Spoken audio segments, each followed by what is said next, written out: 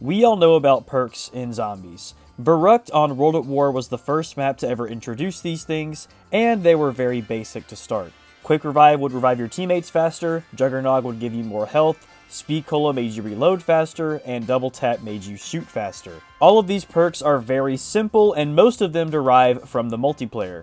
But these perks were very primitive and buggy. For example, there was a lot of health glitches with Juggernog, and Quick Revive did not even work on solo as it only had a multiplayer function. When Black Ops 1 released, it brought back these same 4 original perks, however it did update them a bit. There was no more bugs with Juggernog, and Quick Revive had a solo function. But with the release of a new game, a lot of players thought there would be new perks. Mule Kick is on Kino now, but upon the game's release, it was not there. It was only added after Moon came out. So the first 2 maps upon Black Ops Zombies release still had these same 4 original perks. But this is where everything is about to change. With the release of DLC 1 came along 2 brand new perks, that being PhD Flopper and Stamina Up. This was the first time that the Zombies community ever received new perks outside of the original 4. Double Tap, which is one of the original 4 perks, was not even featured on Ascension. I believe that this decision was deliberately made in order to allow the player to utilize the new perks that they added, by freeing up one of those 4 slots that you have.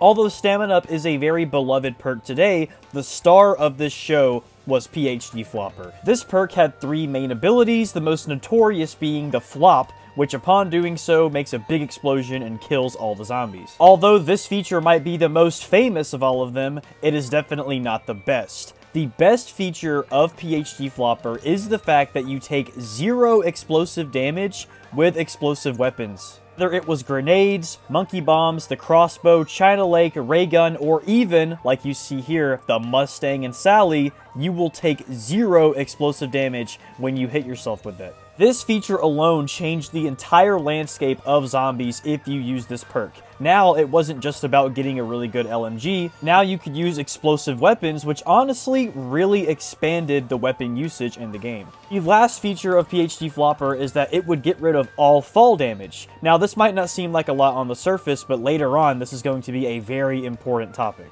PhD Flopper would then go to be on every single DLC map in Black Ops, and it would show its importance in the next installments. Call of the Dead, in my opinion, is almost impossible to play without PhD Flopper because the wonder weapon on the map has a huge explosive radius, that being the Scavenger. But because you have to use the Scavenger on this map, which is an explosive weapon, you might as well use the Mustang and Sally as well. Even though PhD Flopper debuted on Ascension, I feel like it was much more of a crutch perk on Call of the Dead. I believe that this would be the first sign to Treyarch that this perk might be just a little overpowered. But I feel like it was even more apparent when DLC 3 dropped. Shangri-La is a very hard map. It is a very close-quartered and tight map, and with the weakness of the Black Ops 1 weapons, Mustang and Sally really did shine on this map. And of course, if you're going to use Mustang and Sally, you're going to use PhD. Shangri-La with PhD Mustang and Sally's is what this map was meant to be. The BO3 remaster of this map does not have PhD Flopper, and you can tell that there is a clear difference between the 2 experiences. If you ever played Shangri-La back in the day on Black Ops 1, you know that every single person in your public match was running PhD Flopper and Mustang and Sally. The map was so close-quartered and tight that it almost seemed as if you didn't run it, you were going to have a terrible game. I think that this was the real tipping point that showed Treyarch that this perk might need to go. Moon was a little different. The map, generally speaking, had large open areas for the most part that you would sit at for the remainder of the game. I'm talking the Biodome, I'm talking outside by Mule Kick. Those areas you didn't really need PhD Flopper and Mustang and Sally.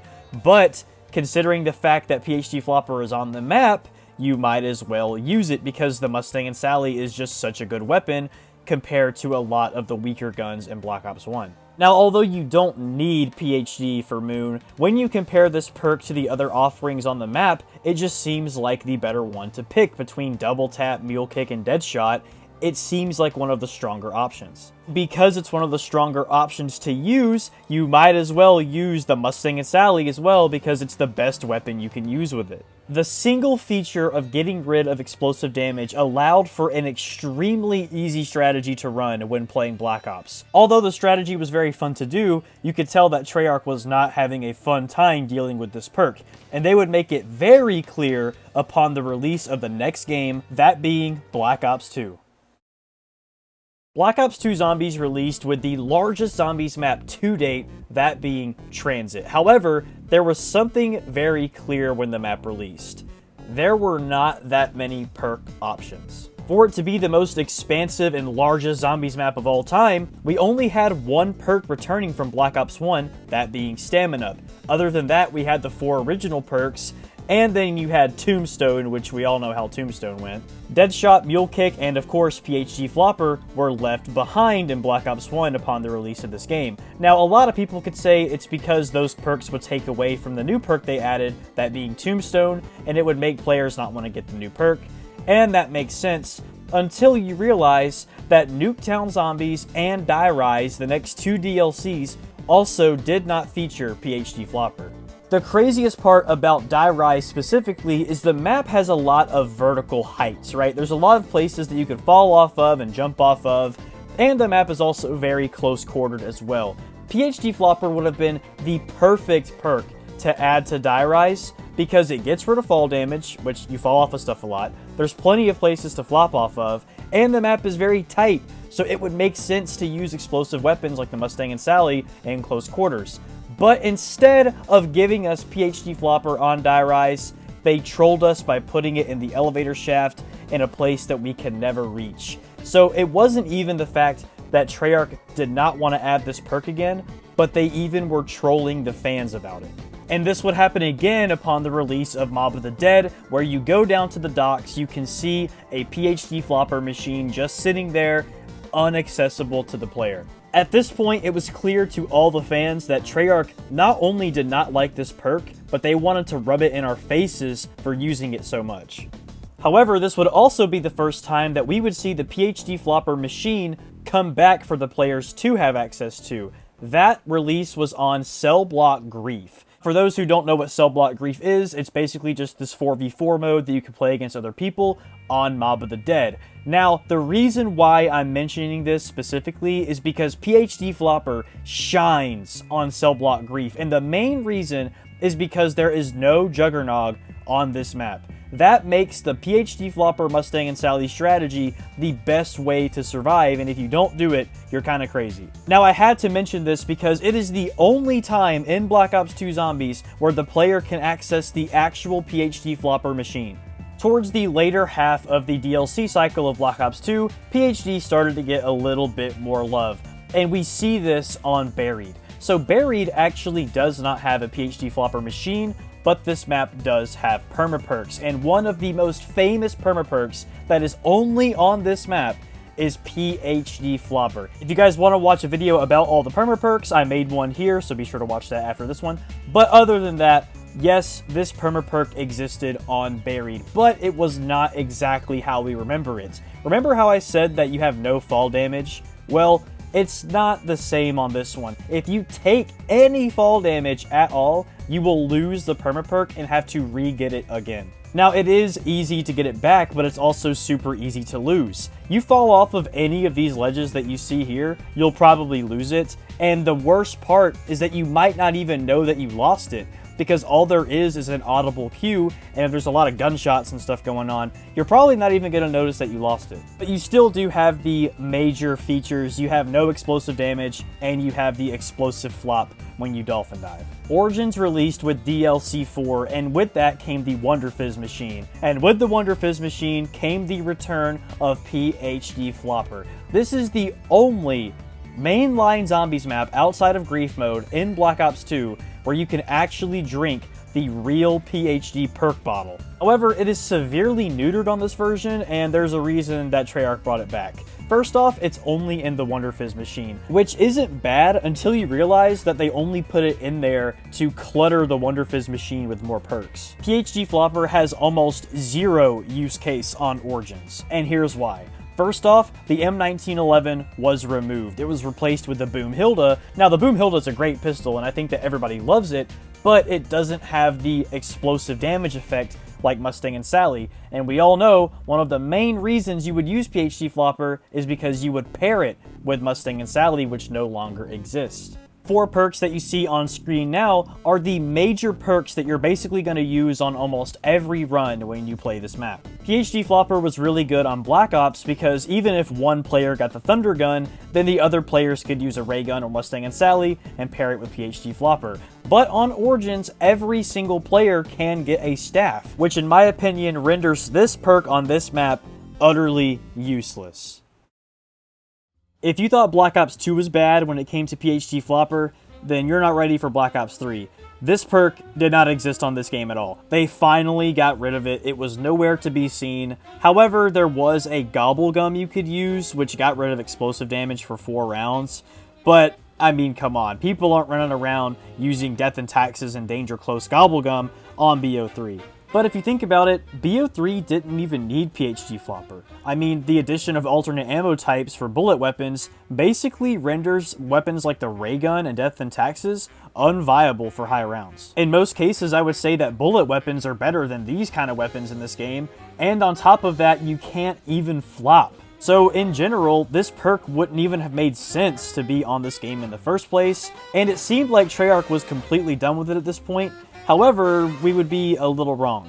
Black Ops 4 Zombies would release with an entirely new reworked perk system, and with that came PhD Slider, which is exactly what it sounds like. It's just another PhD Flopper, but instead of flopping, they replaced it with sliding, but it did work a little different. First off, the slide would have to regenerate over time. So you couldn't just keep sliding into zombies over and over again like you could with PhD Flopper, where you could just flop over and over again. Now, I think the reason that Treyarch gave us back PhD in this game was because you really didn't need to use it with the wonder weapons in the game and the specialist weapon system. It just didn't seem like you necessarily had to run it until you realized that the Helion Salvo strategy exists. For those who don't know, the Helion Salvo is a beast of a weapon in Black Ops 4, but it's just a regular rocket launcher. So it's on every single map in the game, and in a few cases, it's actually better than the wonder weapons on the map. If you use this rocket launcher and sit in a corner with PhD, you will get 2 high rounds. Now, I seriously doubt that Treyarch intended for the players to do this because of all the different quests and stuff that are in the game to get all these different wonder weapons. I doubt they would actually want you to sit in a corner with this rocket launcher and get the high rounds instead. So, I don't know if this necessarily counts as Treyarch, letting us do this. I'm not sure. But nonetheless, PhD did make a return in this game, and it did have an impact, just not in the way that Treyarch expected.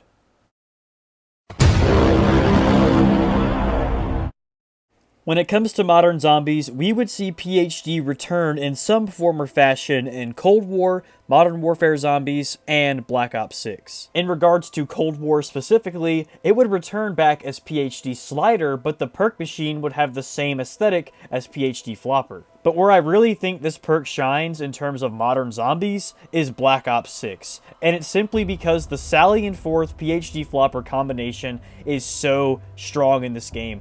The Easter egg boss fights on this game, I swear I couldn't have done half of them had I had not had Sally and Forth and PhD Flopper. However, when it comes to modern zombies, I don't necessarily count. And it's not because I don't like modern zombies, okay? To all the Twitter goblins and the Reddit goblins, please stop typing, okay? It's not because I hate modern zombies.